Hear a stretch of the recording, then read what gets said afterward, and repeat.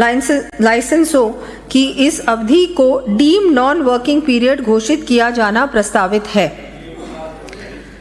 Amnesty. विगत 2 वर्षों में लाई गई एमनेस्टी योजनाओं के क्रम को आगे बढ़ाते हुए आगामी वर्ष में हम आमजन एवं निवेशकों को राहत देने के लिए वैट, कृषि विपणन, भूमि कर, परिवहन तथा खनन से संबंधित एमनेस्टी योजनाएं लाएंगे। इन एमनेस्टी योजनाओं का विवरण मैं सदन के पटल पर रख रही हूं। उद्योग एवं वाणिज्य। माननीय अध्यक्ष महोदय, राज्य सरकार कृषि को सुदृढ़ आधार बनाकर उद्योग एवं सेवा क्षेत्र को राज्य के विकास का प्रमुख इंजन बना रही है। वर्ष 2047 तक राज्य की जीडीपी को $4.3 ट्रिलियन तक पहुंचाने के लिए हम संकल्पबद्ध हैं। इसमें उद्योग एवं सेवाओं का योगदान जीडीपी के 80% से अधिक होना लक्षित है। इससे व्यापक रोजगार, सशक्त उद्यमिता तथा ग्रामीण एवं शहरी क्षेत्रों में समावेशी औद्योगिक विकास सुनिश्चित होगा। निवेशकों और उद्योगों के लिए राज्य को डेस्टिनेशन स्टेट के रूप में विकसित करने हेतु सिंगल विंडो 2.0 प्लेटफॉर्म लागू किए जाने की मैं घोषणा करती हूँ। इसके अंतर्गत एक आवेदन और एक डिजिटल ट्रैक के माध्यम से सभी विभागीय स्वीकृतियां प्रदान की जाएंगी। विभिन्न विभागों में निरीक्षण एवं जांच व्यवस्था को रिस्क बेस्ड करते हुए कम जोखिम वाले मामलों में भौतिक निरीक्षण की व्यवस्था को समाप्त किया जाएगा, जबकि उच्च जोखिम वाले मामलों में लक्षित कार्रवाई की जाएगी। राज्य में औद्योगिक विकास और निवेश को बढ़ावा देने हेतु IFMS तथा रिप्स पोर्टल का इंटीग्रेशन कर रिप्स के तहत निवेशकों को देय वित्तीय प्रोत्साहन की प्रक्रिया को पूर्णतः डिजिटल किए जाने की घोषणा करती हूं। राज्य के परंपरागत एवं श्रम प्रधान टेक्सटाइल उद्योग को नई ऊर्जा प्रदान करने तथा रोजगार के अवसर सृजित करने हेतु रिप्स 2024 के तहत इस उद्योग को कैपिटल सब्सिडी, TLI एवं CGST पुनर्भरण के साथ साथ पेरोल सब्सिडी के रूप में एसेट क्रिएशन इंसेंटिव का एक अतिरिक्त विकल्प दिए जाने की मैं घोषणा करती हूं।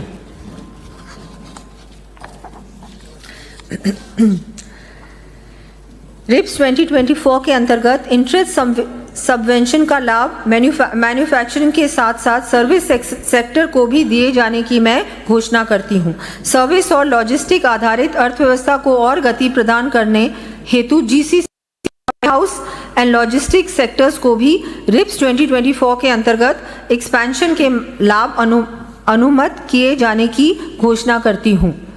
राज्य में नवीनीकरण ऊर्जा उपकरणों का मैन्युफैक्चरिंग इकोसिस्टम विकसित किए जाने के उद्देश्य से integrated solar cell and module निर्माण इकाइयों को भी रिप्स 2024 के तहत देय लाभों के लिए सम्मिलित किया जाना प्रस्तावित है। एक्सपोर्ट ओरिएंटेड इंडस्ट्रियल डेवलपमेंट को बढ़ावा देने हेतु कंटेनर मैन्युफैक्चरिंग को रिप्स 2024 के अंतर्गत थ्रस्ट सेक्टर के रूप में सम्मिलित किए जाने की घोषणा करती हूं। देश और राज्य में हरित रोजगार के अपार संभावनाओं को देखते हुए राज्य में एनर्जी ट्रांजिशन स्किलिंग क्लस्टर विकसित किया जाएगा। इसके माध्यम से renewable energy, e vehicle, green hydrogen एवं ग्रीन मैन्युफैक्चरिंग जैसे क्षेत्रों में युवाओं को आधुनिक कौशल प्रदान कर रोजगार से जोड़ा जाएगा। राजस्थान ODOP पॉलिसी 2024 के तहत एक्सपेंशन हेतु ऋण लेने वाली इकाइयों को भी 10% मार्जिन मनी असिस्टेंस दिया जाना प्रस्तावित है।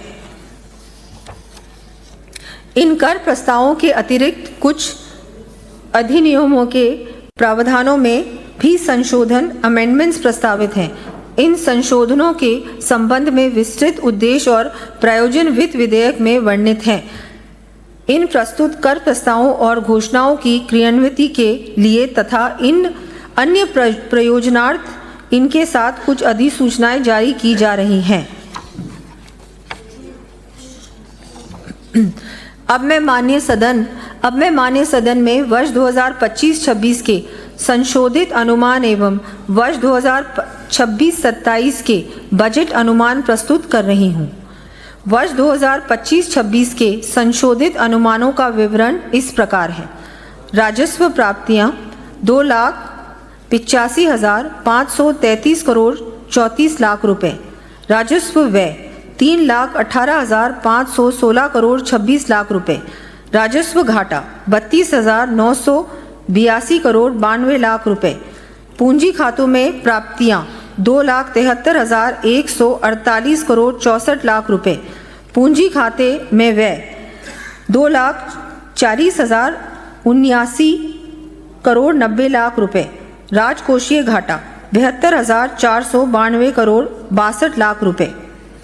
वर्ष 2026-27 के लिए बजट अनुमानों का संक्षिप्त विवरण इस प्रकार है।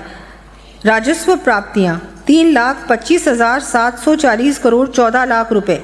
राजस्व व्यय 3,50,054 करोड़ 7 लाख रुपए। राजस्व घाटा 24,313 करोड़ 93 रुपए। पूंजी खाते में प्राप्तियां 2,85,433 करोड़ 87 लाख रुपए। पूंजी खाते में व्यय 2,60,902 करोड़ 23 लाख रुपए। राजकोषीय घाटा 79,492 करोड़ 52 लाख रुपए। राजकोषीय मानक फिस्कल पैरामीटर्स।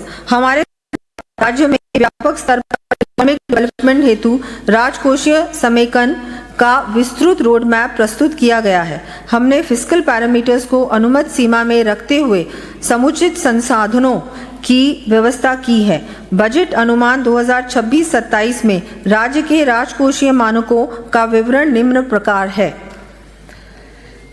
राज्य सकल घरेलू उत्पाद GSDP 21,52,100 करोड़ रुपए। राजकोषीय घाटा GSDP के प्रतिशत में 69%।